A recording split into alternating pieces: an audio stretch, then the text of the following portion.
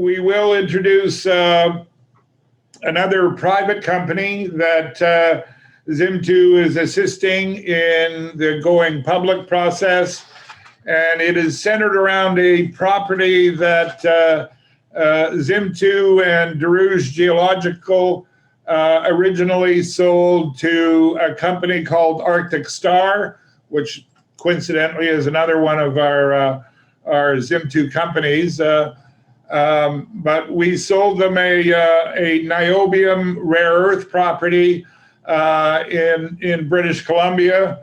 They worked it, and one of the representatives from Derouge Geological will tell us a little bit about the property and the results that Arctic Star got. To that end, Zimtu offered to assist them in the going public process, and we are currently financing Eagle Bay with the initial desire to raise a little over $1 million. And in that, we will need to have at least 150 shareholders, because that's what the exchange requires on a new listing.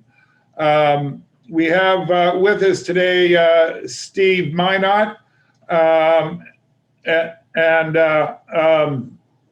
he is working for Zimtu out of the Zimtu office, arranging for the financing and the 150 shareholders. There is an opportunity here. The whole rare earth sector seems to be turning itself around here a little bit, and that's why Zimtu made the offer to help them go public. Steve, just maybe you could introduce yourself and then introduce Patrick Schmidt. Sure, thanks, Dave, and thanks to Zimtu. Steve Mynott, going to be working with the Eagle Bay here, an exciting opportunity. Thanks everyone for joining. I'd like to take the time to introduce Patrick Schmidt, who has been up on the property and able to give a description on what we have in front of us. So Patrick, if you could, thanks very much. Thank you for having me. Hi, Dave. Hi, Steve. So yeah, I was involved in the discovery of the carbonatite. I do have a small presentation that I put together. So can I share my screen? Yeah, you should be able to share your screen. No problem. Okay.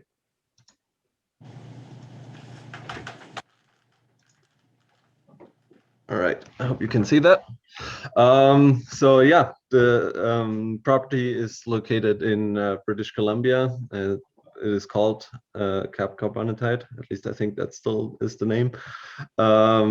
So it's about 85 kilometers northeast of Prince George. There's pretty good infrastructure close by.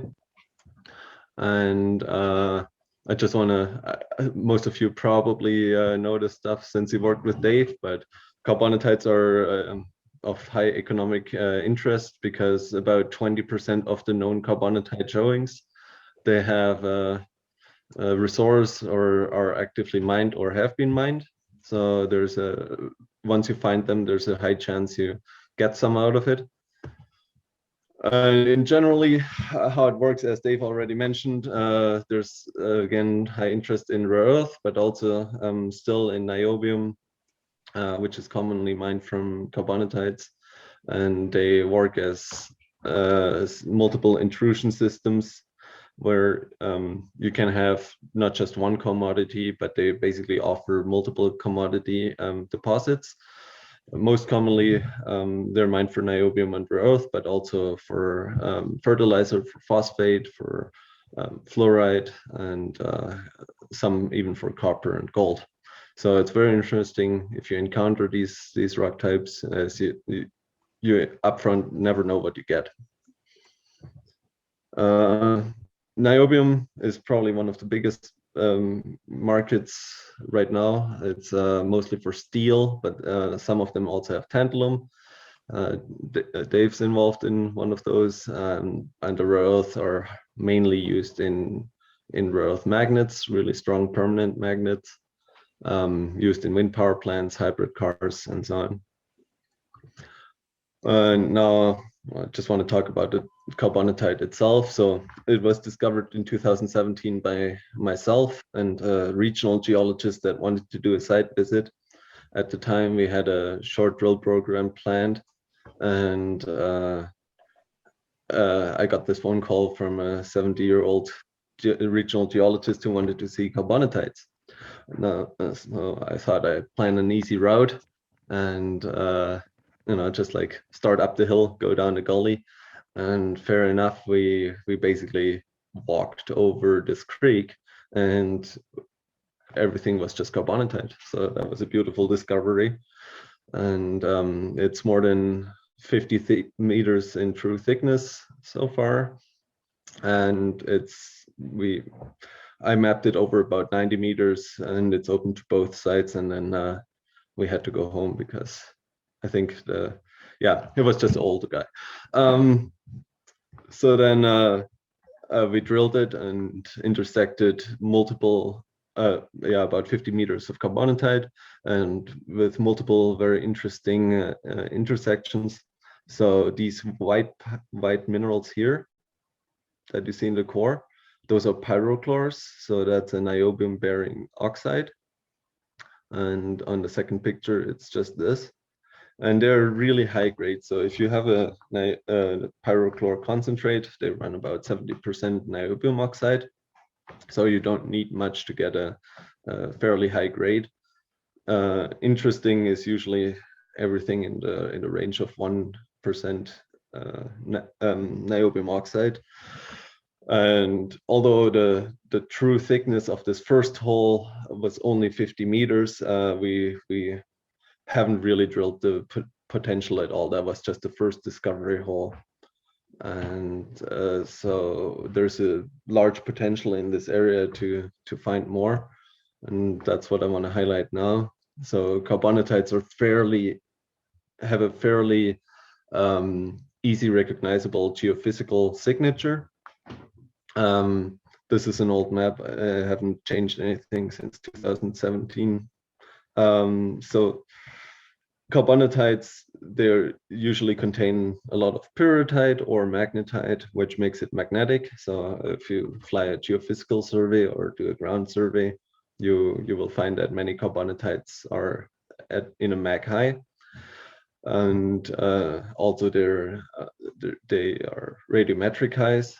And the host of these carbonatites is limestone in many cases, or around here in that area. And limestone shouldn't give any of these similar responses. So whenever we find mag highs or radiometric highs on a map, we're pretty certain it's a carbonatite here. And so it's an excellent tool. And this is a map. I think the claims now extend further, but it basically just shows how many good targets are over.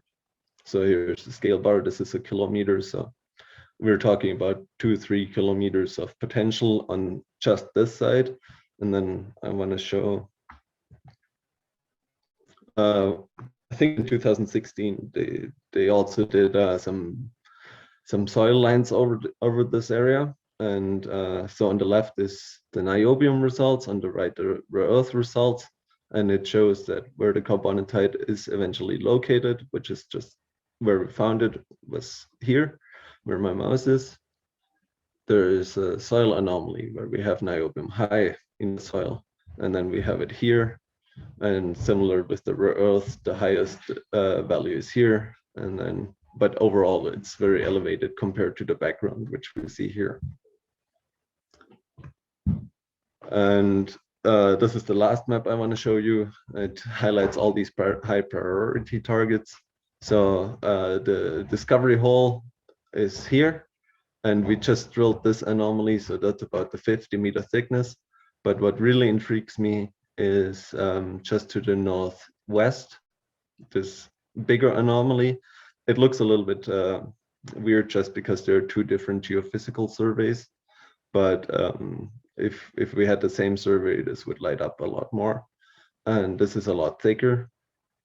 And we hope that with some work we can define multiple silts of carbonatites that give enough tonnage. And the grade was 1%, I think, or I know around 1% when I found it and drilled it. But then we had our QP, Alex Knox, do a site visit, and he walked around this area and found up to 3% niobium in a boulder. And as a background information, the biggest niobium mine is in Brazil, and they run at around 2.5% niobium oxide. And there's a Canadian mine that runs at about 0.6 to 0.8% niobium oxide.